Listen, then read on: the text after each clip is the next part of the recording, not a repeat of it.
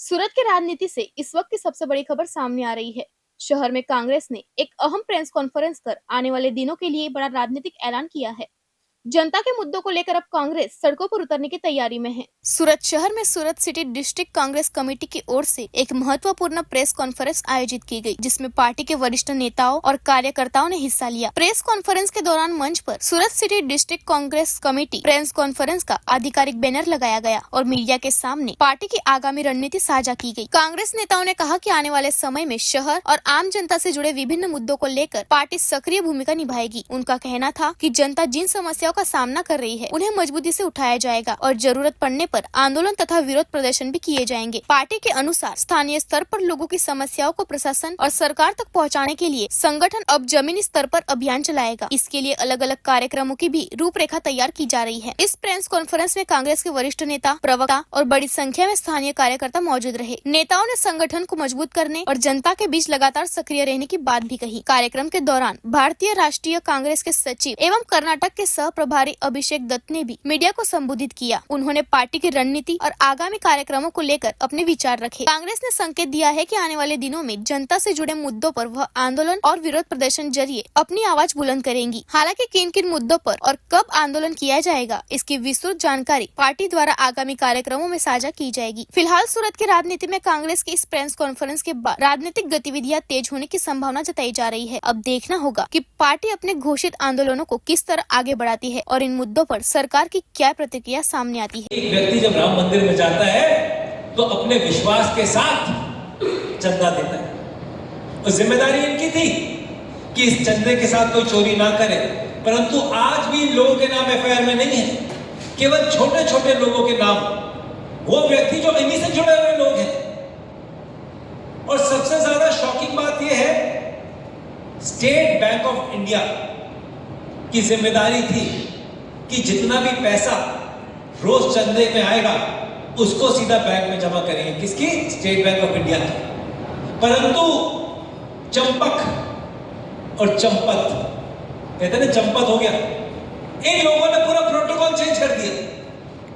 अब आप सोचिए, पीएमओ के लेवल पे ट्रस्ट बनती है सुप्रीम कोर्ट के आदेश के बाद, उनकी प्रोटोकॉल बनती है कि स्टेट बैंक ऑफ इंडिया।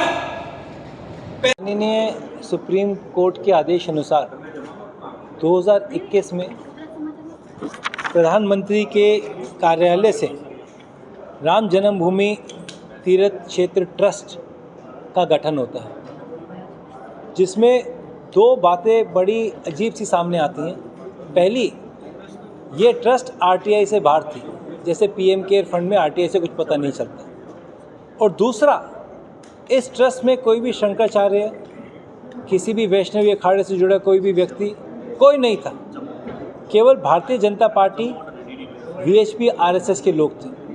उन सब के साथ इस ट्रस्ट का गठन होता है। और कोविड के समय जब देश के लोग सबसे बड़ी विश्व की महामारी से लड़ रहे थे, उस समय राम मंदिर ट्रस्ट के जो बड़े बड़े लोग थे, चंपक राय, अनिल मिश्रा, अपने ही परिवारों के माध्यम से लाखों की ज़मीन करोड़ों में खरीद रही थी। उस समय भी कांग्रेस पार्टी ने 2021 में एक बड़ी प्रेस कॉन्फ्रेंस करके डिमांड रखी थी कि इस पर कार्रवाई होनी चाहिए, परंतु कभी भी प्रधानमंत्री मोदी जी ने या उत्तर प्रदेश के मुख्यमंत्री योगी जी ने इसका संज्ञान नहीं लिया। साथ ही पीछे कुछ दिनों पहले मंदिर में जो चंदा आता है उसके चोरी के आरोप सामने आए।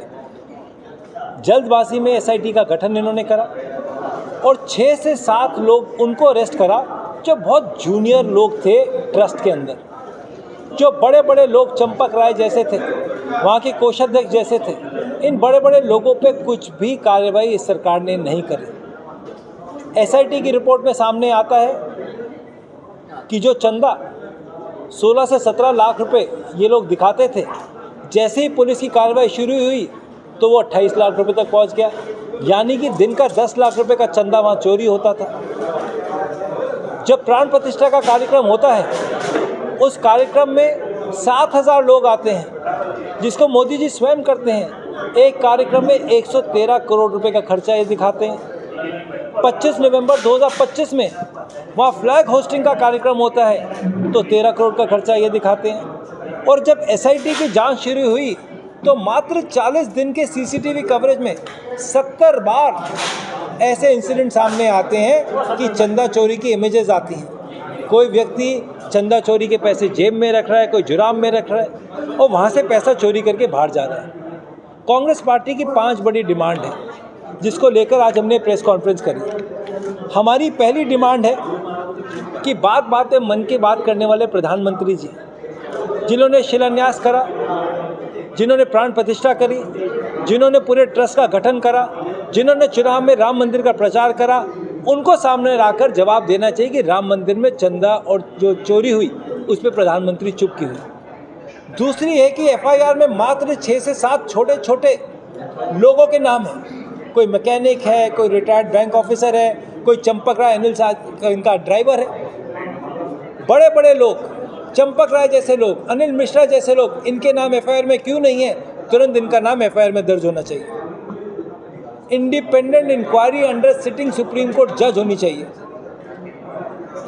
चौथी चीज़, जो ये ट्रस्ट है इसका मिसट्रस्ट लोगों में आ गया, लोगों का विश्वास इस ट्रस्ट से हट गया है। तुरंत इस ट्रस्ट को भंग करके नए मेंबर्स को नॉमिनेट करना चाहिए। और आखिरी और सबसे ज़रूरी चीज़, जब से ट्रस्ट बना है तब से लेके अब तक जितना भी पैसा ट्रस्ट में आया, जितना भी सोना, जितना भी सिल्वर, जितना भी बाकी सामान ट्रस्ट में आया और जितना भी खर्चा इस ट्रस्ट ने करा, उसकी फॉरेंसिक ऑडिट होनी चाहिए।